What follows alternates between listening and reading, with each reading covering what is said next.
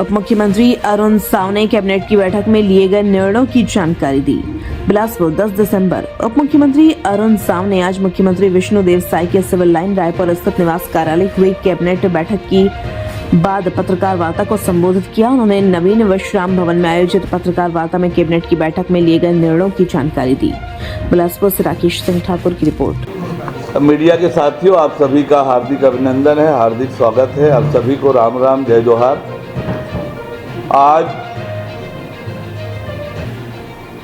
मुख्यमंत्री श्री विष्णुदेव साई जी की अध्यक्षता में कैबिनेट की बैठक सिविल लाइन स्थित मुख्यमंत्री निवास कार्यालय में आयोजित की गई, जिसमें कई महत्वपूर्ण निर्णय लिए गए।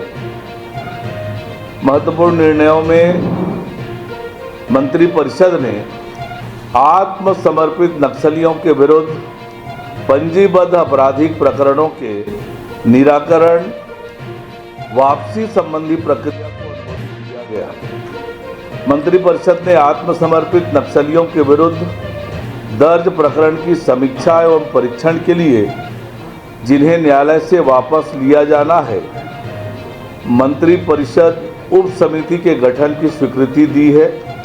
यह समिति प्रकरणों के परीक्षण के उपरांत प्रकरणों को मंत्रिपरिषद के समक्ष प्रस्तुत करेगी। यह निर्णय छत्तीसगढ़ शासन द्वारा जारी छत्तीसगढ़ नक्सलवादी आत्मसमर्पण पीड़ित राहत पुनर्वास नीति 2025 के प्रावधानों के अनुरूप है, जिसके अंतर्गत आत्मसमर्पित नक्सलियों के अच्छे आचरण और नक्सलवाद उन्मूलन में दिए गए योगदान को ध्यान में रखकर उनके विरुद्ध दर्ज प्रकरणों के निराकरण पर विचार का प्रावधान है। आत्मसमर्पित नक्सलियों के प्रकरण वापसी की प्रक्रिया के लिए जिला स्तरीय समिति के गठन का प्रावधान किया गया है। यह समिति आत्मसमर्पित नक्सली के आपराधिक प्रकरणों की वापसी के लिए रिपोर्ट पुलिस मुख्यालय को प्रस्तुत करेगी। पुलिस मुख्यालय अभिमत सहित प्रस्ताव भेजेगा। शासन द्वारा विधि विभाग का अभिमत प्राप्त कर मामलों को मंत्रिपरिषद उप समिति के समक्ष प्रस्तुत किया जाएगा। उप समिति द्वारा अनुशंसित प्रकरण को अंतिम अनुमोदन हेतु मंत्रिपरिषद के समक्ष रखा जाएगा।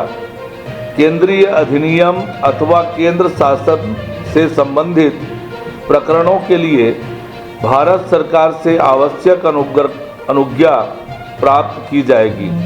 अन्य प्रकरणों को न्यायालय में लोक अभियोजन अधिकारी के माध्यम से वापसी की प्रक्रिया हेतु जिला दंडाधिकारी को प्रेषित किया जाएगा। मंत्रिपरिषद द्वारा राज्य के विभिन्न कानूनों को समयानुकूल और नागरिकों के अनुकूल बनाने के उद्देश्य से 14 अधिनियमों में संशोधन हेतु छत्तीसगढ़ जन विश्वास प्रावधानों का संशोधन द्वितीय विधेयक 2025 के प्रारूप का अनुमोदन किया गया।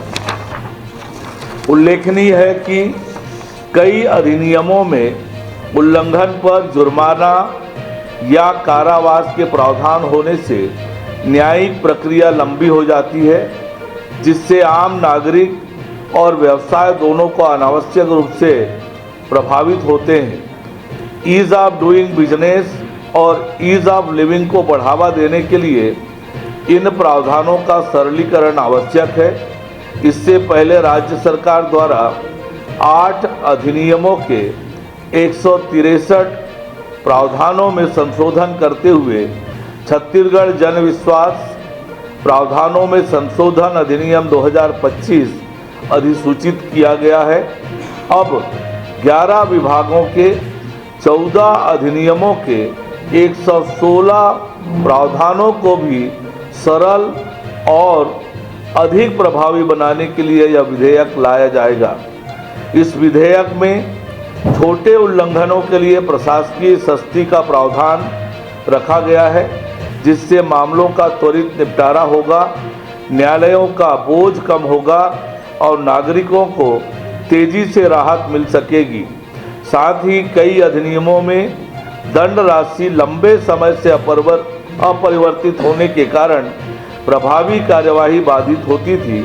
इस विधेयक से वह कमी भी दूर होगी। इन संशोधनों से सुशासन को बढ़ावा मिलेगा। उल्लेखनीय है कि छत्तीसगढ़ देश का पहला राज्य है जहां जन विश्वास विधेयक का द्वितीय संस्करण लाया जा रहा है। मंत्रिपरिषद की बैठक में प्रथम अनुपूरक अनुमान वर्ष 2025-26 का विधानसभा में उपस्थापन बाबत छत्तीसगढ़ विनियोग विधेयक 2025 का अनुमोदन किया गया।